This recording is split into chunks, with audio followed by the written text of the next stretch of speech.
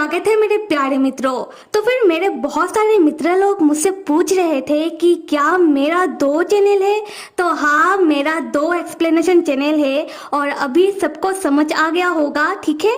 तो फिर चलो हम कहानी को आगे बढ़ाते हैं। वाई अपना पूरा ताकत लगाकर जैसे तैसे करके अपने पिताजी के सामने खड़ा होता है और अपने पिताजी के आंखों में देखने लगता है। वाई के पिताजी उन्हें बहुत ही गुस्सा आ रहा था। वाई के पिताजी वाई से कहते हैं, तुम्हारा हिम्मत कैसे हुआ मुझे उल्टा जवाब देने की? तुम खुद को क्या समझते हो? हाँ, तुमने अपने भाइयों को देखा है? तुम्हारे भाई, उनके पास अपना कैरियर है, तुम्हारे पास क्या है? तुम 18-19 साल के हो, फिर भी तुम ना ही पढ़ाई में अच्छे हो और ना ही काम में अच्छे हो। सच बताओ तो तुम बस एक गुड फॉर नथिंग हो। हम फैन को देखते हैं जो वाई के पीछे खड़ा होकर प्रेसिडेंट फू मतलब वाई के पिताजी के बातों से चौंक जाता है। फैन मनी मन सोचने लगता है कि वाई के पिताजी वो कैसे पिता है?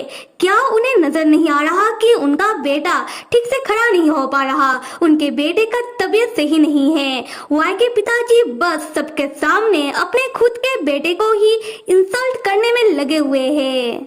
आते हैं वाई की तरफ। वाई समझ जाता है कि अगर वाई अपने पिताजी को और उल्टा जवाब देगा तो उसके पिताजी को और गुस्सा आएगा और गुस्से में उसके पिताजी कुछ भी कर सकते हैं।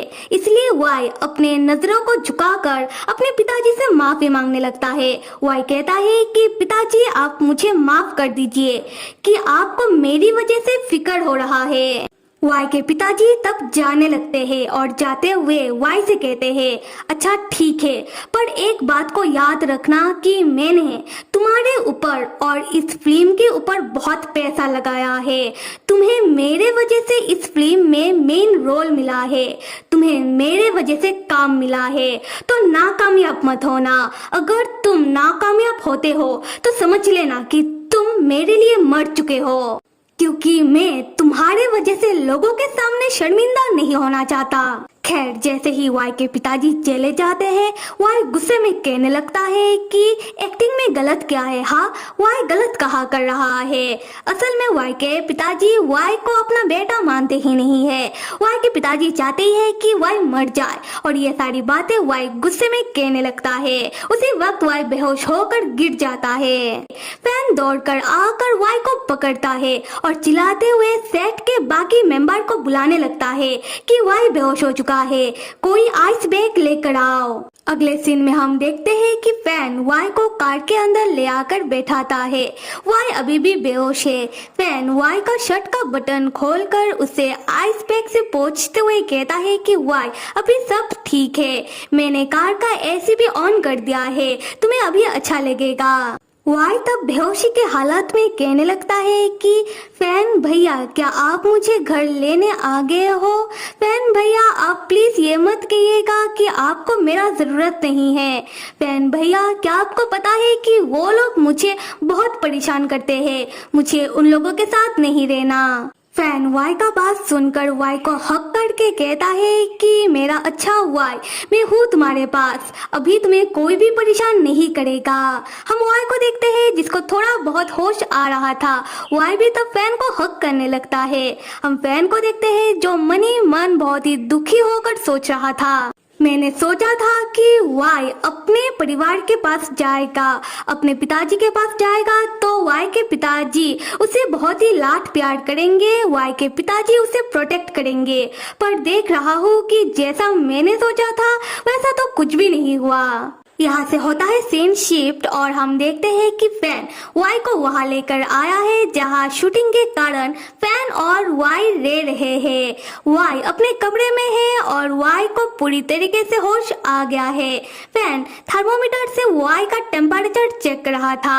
फैन वाई के माथे में हाथ रखकर कहता है कि वाई तुम बिल्कुल फिक्र मत करो, मैं हूँ यहाँ और तुम्हारा फैन भैया तुमसे बहुत प्यार करते हैं। वाई यहाँ चौंक जाता है और चिल्लाने लगता है। वाई फैन का हाथ हटाते हुए कहता है कि मिस्टर फैन आपका दिमाग तो सही है, आप ये क्या कह रहे हो? कहीं मैंने कार में बेहोशी की हालत में आपसे कुछ उल्टा सीधा तो नहीं कह दिया? फैन तब मुस्कुराते हुए कहता है कि नहीं नहीं, तुमने कुछ भी उल्टा सीधा नहीं कहा, तुम तो बेहोश हो गए थे। उसके बाद कार से मैं तुम्हें घर लेकर आया। वाई फैन को थर्मोमीटर पकड़ाते हुए कहता है कि देखिए, मैं आपको चेतावनी दे दूं, अगर मैंने बेहोशी की हालत में कुछ भी कहा है तो वो सारी बातें बकवास है, उनको सीरियसली मत लेना और आप ऐसा प्रिटेंड करो कि आपने कुछ सुना ही नहीं। फैन थर्मोमीटर को चेक करते हुए कहता है कि हाँ हाँ बिल्कुल। वाई गुस्से में कहता है कि फैन भैया, आप मुझे कोई गरीब अबला समझकर मेरे ऊपर तरस खाने की आपको कोई जरूरत नहीं है। फैन को यह बुरा लगने लगता है। फैन मन ही मन कहता है कि क्या मैं तुम्हारे ऊपर तरस खा रहा हूँ? नहीं वाई, मैं तुम्हारे ऊपर तरस नहीं खा रहा, मैंने तुम्हें भाई माना है, तो मुझे तुम्हारा ऐसा हालत देखकर तकलीफ हो रहा है। ये बात मैं तुम्हें कैसे समझाऊं? अरे फैन, कहा तुम इसे अपना भाई मान रहे हो? वाई तो तुम्हें भैया नहीं बल्कि सैया बनाने की फिराद में है। और कमेंट में मुझे ये बात पहले ही किसी ने कही थी, फैन और वाई की भैया और सैया वाली बात। देखा, मैं सबकी कमेंट पढ़ती हूँ, इसलिए कमेंट करते रहो। Till then stay with me and see you.